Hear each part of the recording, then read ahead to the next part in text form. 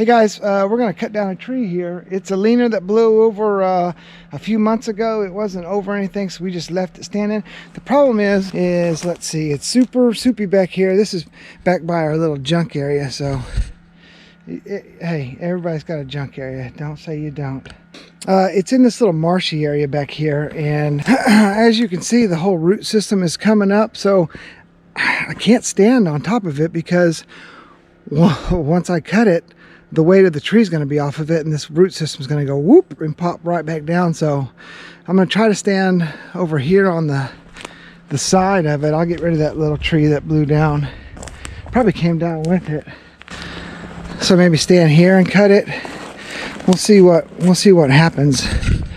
I only cut one blowdown like this before, that the whole big root system came up, but it was completely on the ground, so I could cut it way further up to slowly release the tension off the tree, or the pressure, the weight, so it didn't just fling back up. So I don't know, maybe it won't fling back up, maybe it will. I've seen videos where they just go pop and pop straight back up, so we will see what happens. So I'll get my wife here just to be on the safe side so she can watch my back. Yeah, so we'll get the chainsaw prepped and get my wife back here and get this sucker cut down. All right, so after I started putting this video together, I realized that I didn't point something out. I wanted to point it out because, for one, people will comment and point it out to me. I already knew it. So here, looky here, we got another leaner there. I'll see if I can get a, there you go. You see how that guy's leaning? So whenever you're cutting a leaner down, it's pretty dangerous in the first place. That other one had the root system up. That's why I talked about the root system, because I've only cut, that's my second time I've cut where the roots were coming up out of the ground. So why I talked about that more. But the other thing about these leaners is because there's a lot of weight on the front side of the tree, the side that it's leaning to, you've got a lot of tension back here on the back side. So what can happen is if it's got too much weight on it, it can do what they call a barber chair. So when you start cutting into it, this whole section here can just split and fly back, and that's, oh my gosh, Gunner just took a dump.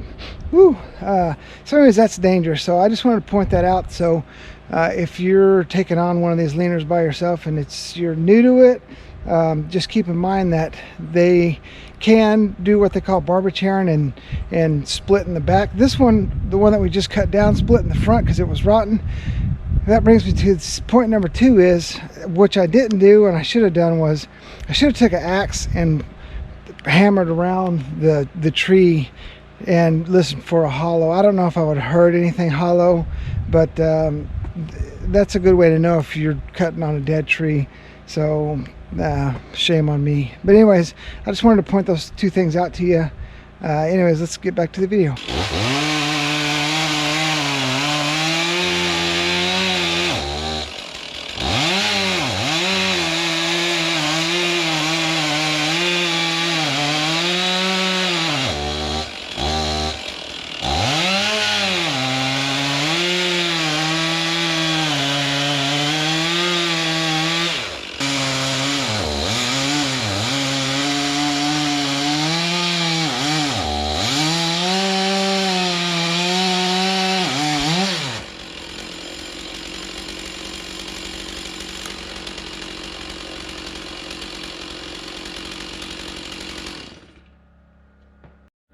Well, that totally did not go as planned. I wasn't even finished cutting the face cut. It must have been rotten on the inside a little bit, because it just, or maybe just the weight of it, it collapsed straight on the bar. We'll see. I'll go over there and show you what I'm talking about. I don't think it's coming down anymore, so yeah, you see how it cracked right there? I mean, look, I still had tons of, I mean, I was almost done with the face cut, but that just cracked right there, and that's all she wrote. So we'll fire up the smaller saw and start the back cut with that and see what happens. Man, that sucks. That's not what I wanted to do. All right, well, luckily I got my chainsaw out, so no need to put another saw in there. So let's do the back cut on this now and finish this sucker up and be done with it.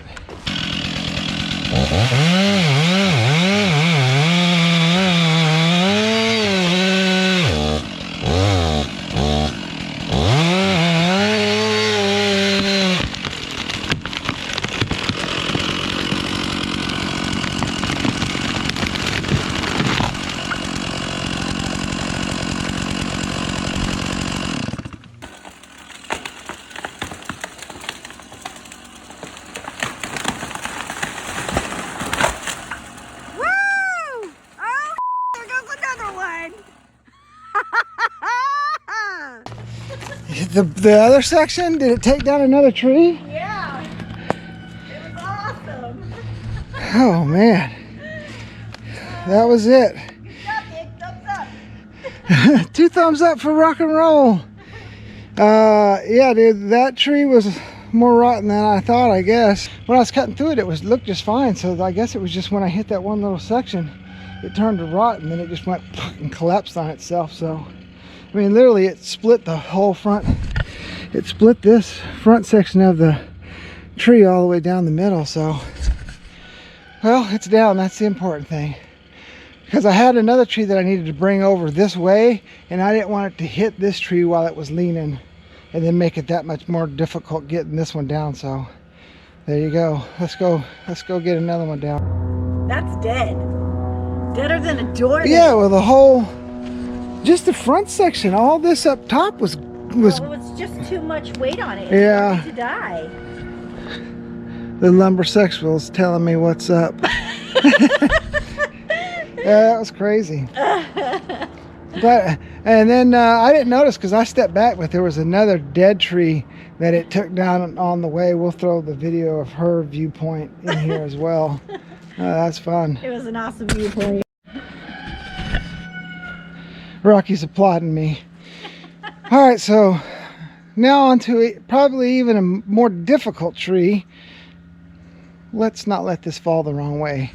Okay, so this tree grows towards the beach, towards the daylight, right? And then it hooks and it starts growing towards the cabin, and then it hooks again, and there's just hooks all over. It's a hooker. That's all I'm saying. It's just one big hooker. So we're going to hook the winch up to it to help pull it in the direction we want it to go, and we're going to try to get it to fall on the tree that we just laid down. So that's our game plan, at least. So.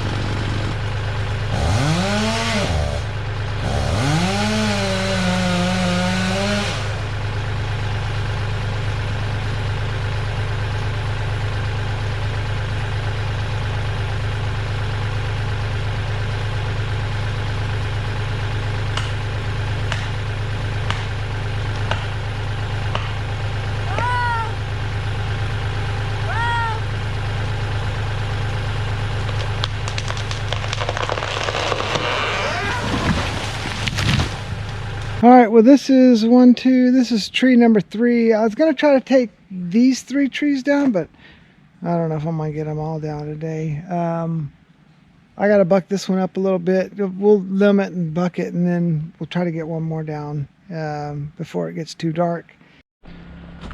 Well, our tree cutting is coming to an halt. I guess I can buck these up now, but the wind just picked up, so I don't like cutting in the wind, so I'm gonna just buck these up and we'll get on to something else today then.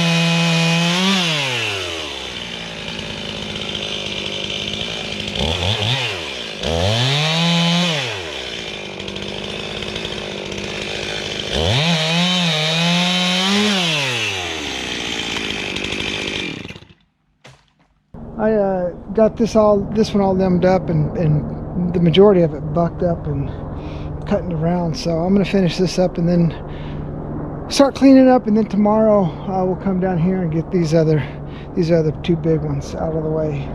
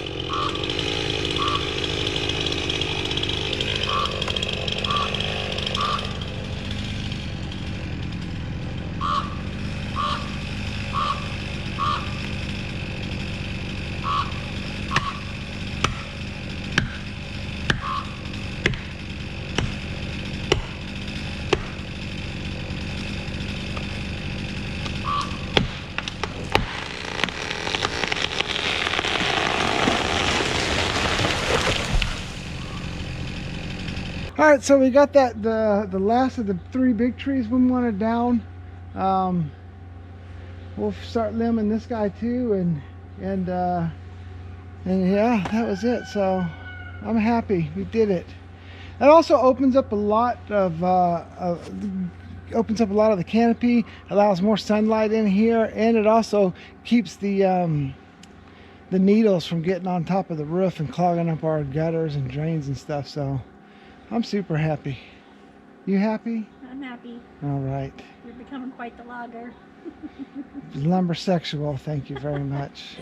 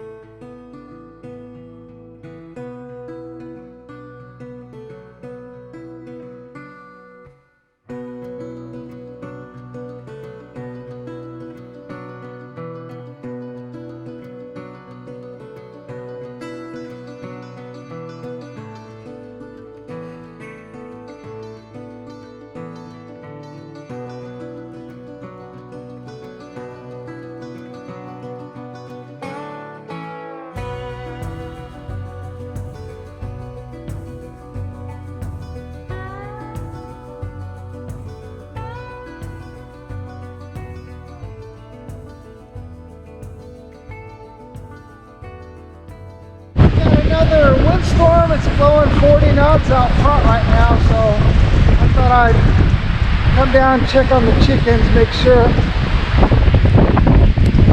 everything's okay.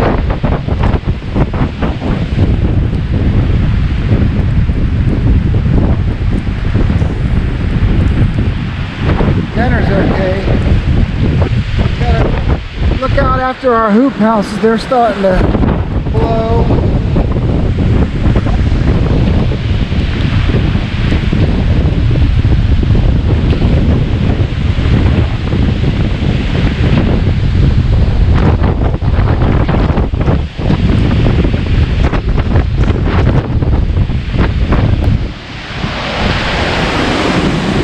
How's everybody doing? Oops, I forgot to turn the poop on it if I...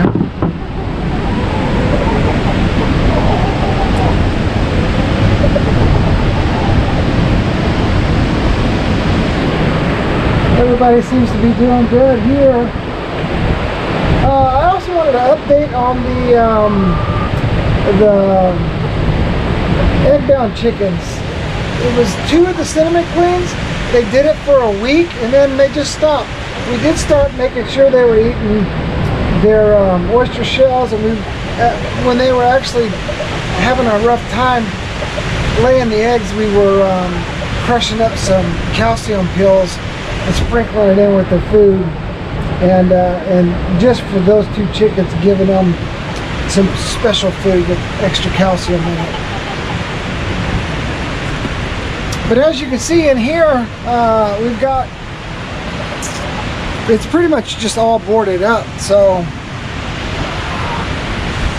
that way they get out of the elements. If they want, they can go outside. If they want to be in the wind, or they can come in here and just chillax. And the door's open for them, so they can go in and out of the coop as much as they want. The 2 vents have also been helping out really well too.